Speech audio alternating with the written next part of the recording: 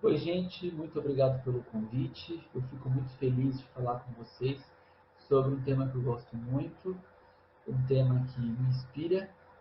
Então, primeiramente, desejo sucesso para vocês da Gênesis. Eu preciso confessar antes de tudo uma coisa: eu tenho duas instruções quando a gente fala de futuro de profissões, né? Especialmente de profissões na área financeira. A primeira é uma reflexão que a gente precisa fazer. Talvez o futuro de algumas profissões passe por novas configurações, que é uma coisa natural. A gente tem que lembrar que 30 anos atrás, a demanda pelo emprego de digitador, por exemplo, era bem diferente do que é hoje. Saber usar o Windows era uma vantagem competitiva de um profissional 20 anos atrás. O perfil dos profissionais vai mudando, isso é natural. É natural também que a gente compreenda que o profissional, especialmente o profissional de finanças, né, assim como de marketing, de operações, é natural a gente compreender esses profissionais usando lógicas de programação para tomada de decisões do dia a dia, isso daqui a algum tempo. Então, talvez falar de transformação digital para o pro profissional de finanças, olhando para o futuro, implica da gente falar que talvez esse perfil profissional que a gente conhece hoje não seja o mesmo daqui a tempo. Não dá para a gente falar de eventuais transformações digitais numa profissão específica sem olhar para o que acontece em outras profissões. Ainda tem empresas que estrategistas de dados, programadores e planejadores financeiros estão em funções separadas. Será que o futuro não agrupará essas três funções que eu citei agora numa só? Então, assim, a gente tem mais perguntas do que respostas, então, e talvez uma das únicas certezas que a gente tenha hoje é que a melhor forma de entender o futuro é não olhar só para a nossa profissão, mas olhar para fora da nossa bolha, né? É por isso que muitas vezes aqui eu vou fugir um pouquinho dos temas financeiros e falar de outras questões, como relações humanas, questões sociológicas, entre outros temas. Eu disse que tinha duas restrições e falei de uma, né? A segunda, a gente sabe muito pouco sobre o futuro. A gente fala muito dele, mas sabe muito pouco. E às vezes ele chega mais rápido do que a gente imagina. Assim como muitas profissões, eu vejo que financeiros, financistas, né, têm dificuldades de tangibilizar o que se chama de transformação digital. É um negócio ainda muito intangível. O mundo tem ficado digital, é verdade, mas existe ainda aquela pergunta: isso é uma fase de transformação? Esse processo de transformação é algo perene? A gente vai ficar muito tempo ainda nesse processo de transformação? A gente vai ser completamente reconfigurado, né, nossas relações como um todo? A gente não sabe. O que a gente sabe, ou melhor, o que a gente pode, é compreender fundamentos. Fundamentos. Ou seja, fatos que existem há muito tempo e mesmo que tecnologias vão e vêm, esses fatos permanecem. Se agarrar a essas coisas, eu penso, é a melhor forma da gente entender ainda um pouquinho do futuro.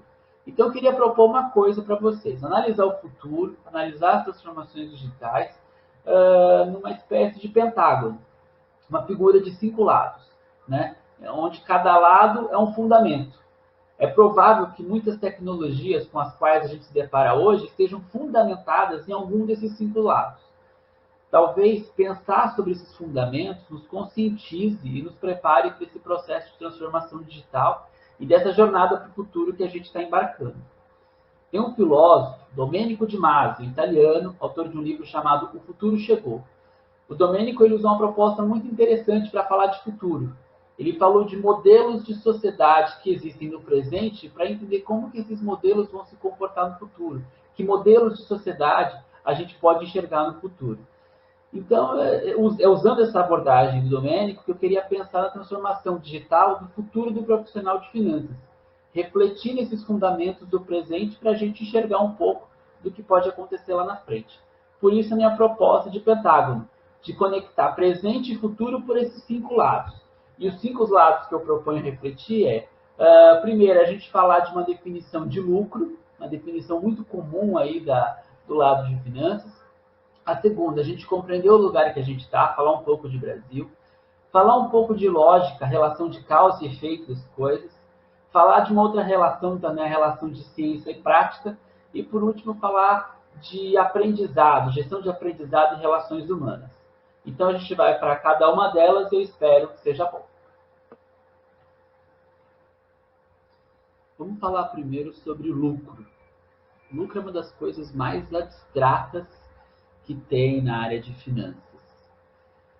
Primeiro, porque ele tem múltiplas definições. Então, antes da gente refletir sobre essa coisa abstrata que é o lucro e como que ela impacta no perfil do profissional nessa era de transformações digitais, vamos ter um pouquinho de contabilidade, que é um pouco chato, para entender o que a gente fala quando fala de lucro. Né? Lucro tem três definições. Primeiro, o lucro bruto, que avalia aí, a força de vendas, né? Então ele pega ali tudo que foi vendido, deduz do custo de vendas e chega-se no lucro bruto. O segundo, o lucro operacional, que é a diferença das vendas, dos custos que nós citamos há pouco e das despesas ali da operação. E você chega então no lucro operacional, que você consegue avaliar a operação de uma empresa, como ela está, a saúde da operação da empresa.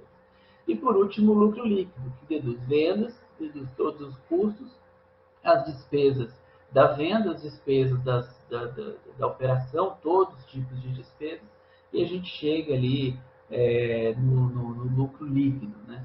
Então já começa que o lucro tem um sentido aí, grosso modo, né? Você tem três tipos de lucro. Quando a gente fala de aumentar o lucro, que o lucro diminuiu, que aconteceu alguma coisa com o lucro, a gente tem que entender primeiro do que a gente fala, né? Qual a referência de lucro que a gente tem? É o lucro bruto, o lucro operacional, o lucro líquido. Então, a gente está falando de uma coisa abstrata que já começa abstrata no seu sentido, né? Nas suas três definições. Mas, mais importante do que saber o conceito do lucro, a gente entra aí numa questão de entender as motivações do lucro. Né? Quando a gente tem aquela frase assim, uma empresa só existe para dar lucro, a gente entende cada vez mais que essa é uma afirmação questionável. A gente vê hoje movimentos das organizações anunciando seus objetivos em ESG, né, ou ESG, mostrando ali suas metas de meio ambiente, suas metas para ajudar nas lacunas sociais, suas metas de programas de governança, elas, na verdade, elas são reflexo de como o lucro e todos os derivados do lucro não são necessariamente o objetivo primário das empresas. Né? A gente pode compreender o lucro, então, como um meio para uma empresa financiar seus objetivos estratégicos, os mais diversos que ela tem. E é aí que mora um dos papéis que eu entendo do profissional de finanças. Né? Mais do que aumentar o lucro, ele é o responsável pela construção dessa ponte, né? Uma ponte entre os objetivos da empresa e a operação ali, o dia a dia. Tá? Um termo apropriado para essa ponte, que muita gente usa, é o termo sistemas de gestão, que é essa tradução, esse desdobramento lá dos objetivos primários, passando aí sim pelo lucro e chegando em todas as áreas da empresa. Talvez a construção de sistemas de gestão seja mais desafiador para o profissional de finanças, né, para os financistas, do que a compreensão de índices financeiros. E talvez seja nessa relação que as transformações digitais podem impactar na vida de quem trabalha com isso. A disposição de dados, a facilidade de manipular esses dados, a transformação disso em informação é algo que já é realidade. Mas para isso a gente precisa voltar aos fundamentos. E um deles passa por questionar, por refletir e por termos bem estabelecidos sobre a importância do lucro e o nosso papel, sobre o nosso papel como comunicadores e desenhistas dos objetivos estratégicos das empresas. Um segundo fundamento que nos ajuda a entender o impacto da transformação digital é a compreensão da abrangência do que isso pode significar no meio que a gente vive, no país em que a gente vive. Vamos falar um pouquinho de Brasil. O Brasil está entre as maiores economias do mundo, isso a gente sabe, né? Tem um sistema econômico relativamente novo, tem leis empresariais novas, tem um sistema contábil idiosincrático, particular, tem regimes tributários que só existem aqui, E evidentemente que as ferramentas, as tecnologias proporcionadas aí pela transformação digital, elas ajudarão na operação, na integração de todas as informações, esses dados públicos, e certamente contribuirão para o dia a dia. A dúvida que existe é se a transformação digital vai propriamente modificar essa realidade, né? Quando a gente sai desse ambiente de finanças, a gente se depara com números, com indicadores que permitem a gente entender um pouquinho essa realidade que a gente vive. A gente sabe, o Brasil é um país plural, é um país diverso, é um país desigual, e mais do que isso, né, existe um Brasil invisível. Olha a última eleição presidencial. O Brasil tem 210 milhões de habitantes. 58 milhões de pessoas votaram num candidato. 47 milhões votaram no candidato que perdeu. Os outros 105 milhões não votaram, ou não votam ou não votaram, né? Ou seja, metade do país não participou da eleição. 210 milhões de pessoas, mas 32 milhões declaram imposto de renda. Ou seja, a cada 7 brasileiros, 6 não fazem parte da estatística do imposto, não entram nem na conta. Até porque 30 milhões têm carteira assinada, só 30 milhões. Isso significa que 7 em 10 adultos estão fora do sistema formal de emprego. Quando a gente pega e carrega esse número para finanças, a gente tem o quê? A gente tem 1 em cada 3 adultos que não tem conta bancária. A gente fala de bancos digitais como Nova Revolução, eles são revolução para uma parte da população. Outra parte não tem sequer a conta bancária tradicional. 1 em cada 4 brasileiros sequer tem acesso à internet. E se é verdade que muitos não acessam porque a internet não chega até suas casas, é verdade também que metade desses que não acessam porque não sabem, né? Então a gente tem que entender que revoluções, transformações, mudanças de tecnologia são conceitos às vezes abstratos. Eles servem para a gente, para o nosso bairro, para a nossa bolha, ou a gente vai alcançar também esse Brasil invisível? Talvez, se a gente queira uma transformação digital de fato, que a gente faça isso, que a gente quer utilizar isso para fazer as coisas melhor e mais rápido, que as linguagens, que os meios, que os softwares, que as práticas sejam uniformes e aceitas no país todo, a gente não pode esquecer da urgência que é democratizar acessos. É lembrar que o Brasil, a economia gigante, está associado com o tamanho do país e com a população. E isso inclui também essa população invisível. O terceiro fundamento do nosso pentágono é a lógica causa e efeito. Pensa no seguinte, uma empresa faturava 5 milhões. 5 milhões. Contratou uma empresa terceira de marketing digital. O faturamento caiu para 4 milhões. Aí trocou a empresa e o faturamento caiu para 3 milhões. Aí voltou a não ter empresa nenhuma e o faturamento foi para 2 milhões. Grosso modo, nenhuma das empresas terceiras, nem a falta dessas empresas, tem relação com a queda de faturamento. Essa conexão de causa e efeito, ela vai muito além desse exemplo, né? Já é uma filosofia antiga. Stuart Mill, filósofo inglês do século XIX, já estudava sobre isso. Hoje, 200 anos depois, essa filosofia ela é base para a programação e é plataforma de trabalho de muitas consultorias da década de 90. Alguns best-sellers, inclusive. E se a gente olhar com detalhe, plataformas modernas de gestão adotam a causalidade como ponto crucial para entender resultados, desdobrar resultados em causas, né? O OQR, ou OKR, né, é um exemplo disso, como o PDCA, difundido pela escola japonesa, também era. Na estatística, né, o R, ele prevê melhor essa relação causa e efeito entre objetos e dá respostas mais rápidas para hipóteses. A questão, então, passa muito mais pela compreensão dessa relação causa e efeito e como nós podemos utilizá-la no dia a dia, hoje e no futuro. Eu achei bonita a definição que uma vez eu ouvi sobre esse ser um método de resolução de problemas, né? Mas talvez seja mais do que isso. Essa relação causa-efeito seja um modelo mental. Saber que problemas têm causas e que nem todas as causas estão relacionadas a todos os problemas é algo que tem mais de 2 séculos, né? E as tecnologias usam esse conceito. Então, mais do que navegar na transformação digital ou de ter medo dela, talvez seja o caso da gente incorporar mais o método para lidar mais facilmente com as tecnologias que derivam dele.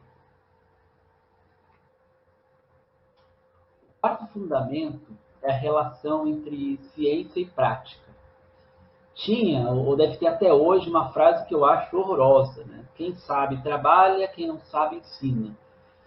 Numa era de transformação digital, uma era em que dados nos darão capacidade preditiva de problemas, indicadores mais precisos, transparência sobre as performances das equipes e das empresas, torna-se questionável essa separação entre práticas e estudos científicos. A gente tem que reconhecer que a administração, contabilidade, finanças, que são ciências sociais aplicadas, talvez tenham baseado muitas decisões motivadas pela prática, pelo feeling de quem comanda, enfim.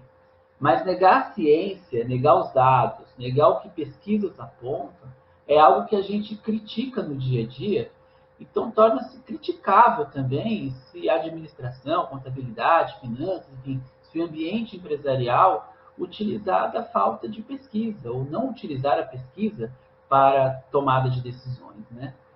Provas de como a ciência, a universidade, a academia e pesquisadores têm atuado na administração, nas finanças, na contabilidade, provas não faltam. Estamos aqui avaliando os indicadores quantitativos da bolsa, do dólar, indicadores econômicos, né? Mas a gente já tem linha de estudos de neuroaccounting que analisam os ambientes em que a racionalidade dos investidores torna-se limitada. Então, há modelos que saíram de estudos acadêmicos que prevêem riscos de falência de empresas, por exemplo.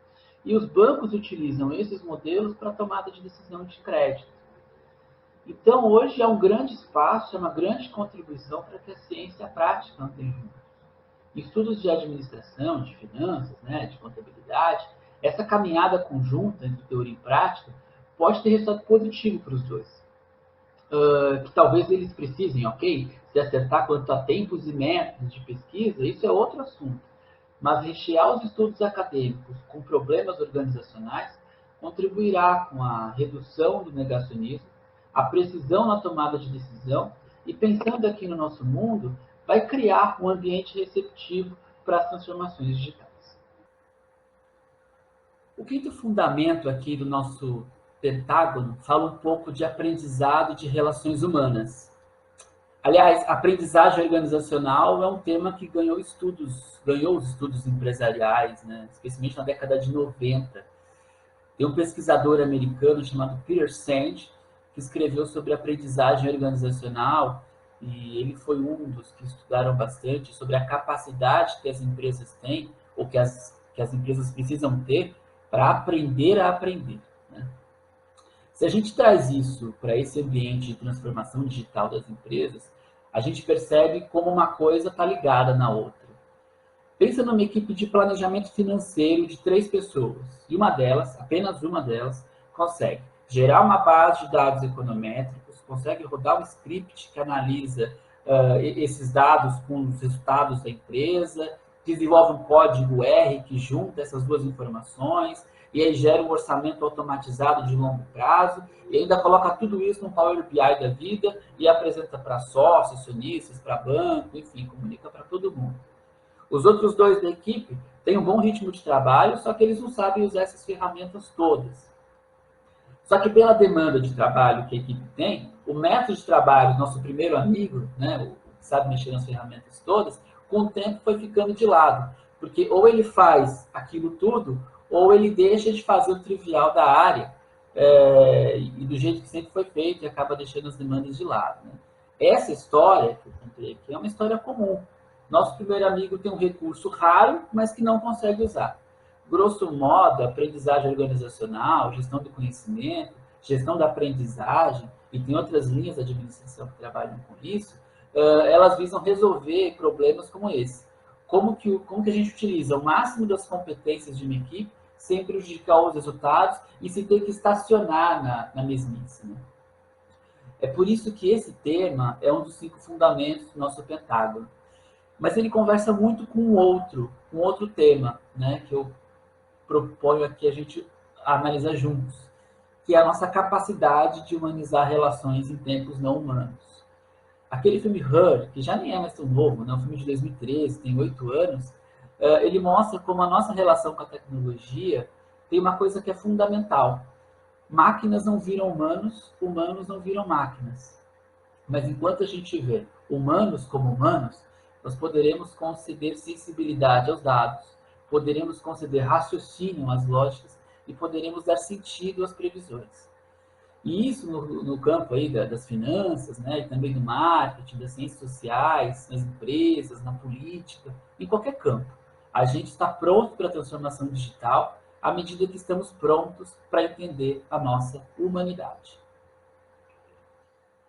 Eu quero agradecer a vocês da Gênesis pelo convite. Eu torço muito pelo sucesso de vocês. Eu vou mandar meus dados e junto com eles algumas referências dos livros, dos autores, enfim, dos estudos que eu citei aqui. Esses 5 fundamentos são um conjunto de coisas, na verdade um conjunto de assuntos que não necessariamente estão interligados, né?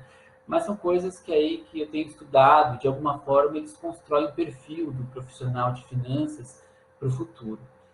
Infelizmente, a gente tem mais pergunta do que resposta sobre esses temas. Mas eu também penso que quanto mais a gente se perguntar sobre coisas que não têm respostas, melhor a gente constrói um futuro. Muito obrigado, valeu e até a próxima.